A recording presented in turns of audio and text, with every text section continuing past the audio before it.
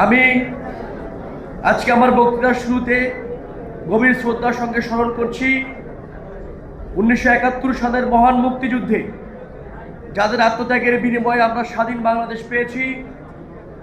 গত বছরের জুলাই এবং আগস্টে প্রায় 2000 শহীদের শাহাদাতের বিনিময়ে আজকে আমরা নতুন বাংলাদেশ পেয়েছি। সকল শহীদদের আত্মার মাগফিরাত কামনা করছি। জুলাই আগস্টের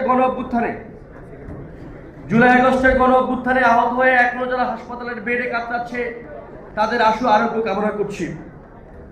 বন্ধুগণ, বিগত ফ্যাসিস্ট আমলে আমরা দেখেছি বিভিন্ন যুব সংগঠনের নাম দিয়ে, বিভিন্ন যুব সংগঠনের নাম বিক্রি করে ইউথ ফোরাম, ইউথ অর্গানাইজেশন ইত্যাদি নাম দিয়ে কিভাবে আওয়ামী লীগের পারপাস সার্ভ করা হয়েছে। কোন যুব সংগঠনকে আমরা দেখিনি একবারের জন্য অবৈধ নির্বাচন নিয়ে কথা বলেছে। আমরা এই সকল ইউথ ফোরামদেরকে, এই সকল দোকানবাজিকে একবারের জন্য বলতে শুনিনি শেখ হাসিনা পর পর 3টি নির্বাচনকে চুরি করেছে। একবারের জন্য বলতে শুনিনি যে শেখ হাসিনা একের পর এক মানুষকে গুম করছে। আমরা একবারের জন্য বলতে শুনি বিএনপি, জামাতের, অন্য রাজনৈতিক দলের নেতাদেরকে একের পর এক এক্সট্রা জুডিশিয়াল কিলিং এর মুখোমুখি করা হচ্ছে। বরং আমরা দেখেছি এই সকল যুব সংগঠন বিভিন্ন নাম দিয়ে একের পর এক গিয়ে শেখ হাসিনার সঙ্গে মোলাকাত করেছে, তার পায়ের কাছে গিয়ে নম করেছে। আজকের এই যুব দিবসে জাতীয় যুব শক্তির প্রতি আমরা এই আশা রাখতে চাই, জাতীয় যুব শক্তি আগামী দিনে বাংলাদেশের পক্ষে 1971 সালের মহান মুক্তিযুদ্ধ, 2024-এর জুলাই গণ অভ্যুত্থান সহ বাংলাদেশের এই মাটির, এই অঞ্চলের, এই ভূখণ্ডের গণ আন্দোলনের পক্ষে, মানুষের পক্ষে শক্তি হিসাবে কাজ করবে।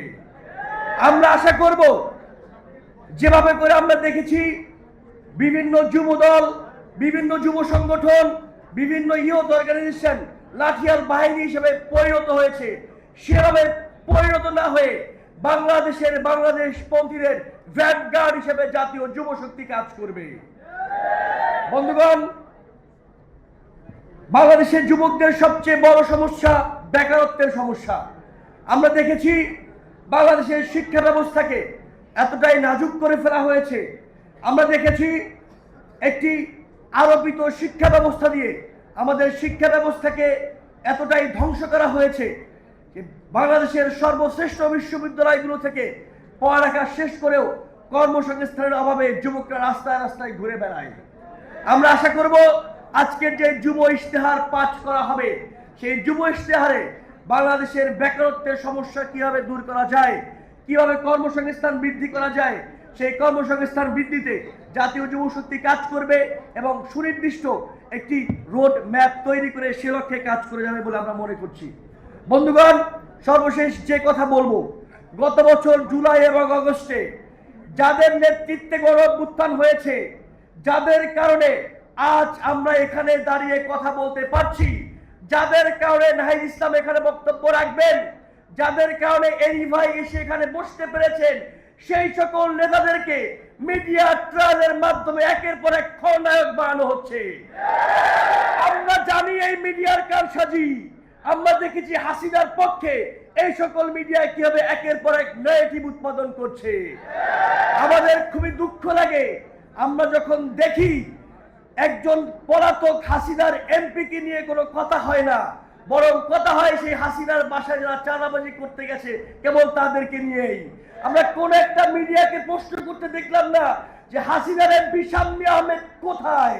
আমরা বরং দেখলাম কোর্টে যখন সেই 2 চাঁদাবাজ ঘৃণিত মানুষকে তোলা হয়েছে, তখন পুলিশ কিভাবে তাদের উপরে সেই কোর্টের সামনে দাঁড়িয়ে অত্যাচার করছে এবং মিডিয়া সেগুলো একের পর এক ফলাভাবে প্রচার করছে। সুতরাং গণ অভ্যুত্থানের নায়কদেরকে খলনায়ক বানানোর যে প্রচেষ্টা বিভিন্নভাবে করা হচ্ছে, আমরা সেই প্রচেষ্টাকে রুখে দিব। জাতীয় যুব শক্তি আমাদের সঙ্গে সেই সংহতিতে কাজ করে বলে আশা জ্ঞাপন করছি। যারা এসেছেন সবাইকে ধন্যবাদ জানিয়ে বাংলাদেশ গণতান্ত্রিক ছাত্র সংসদের পক্ষ থেকে আরো একবার শুভেচ্ছা জানিয়ে আমার বক্তব্য এখানেই শেষ করছি। খোদা হাফেজ।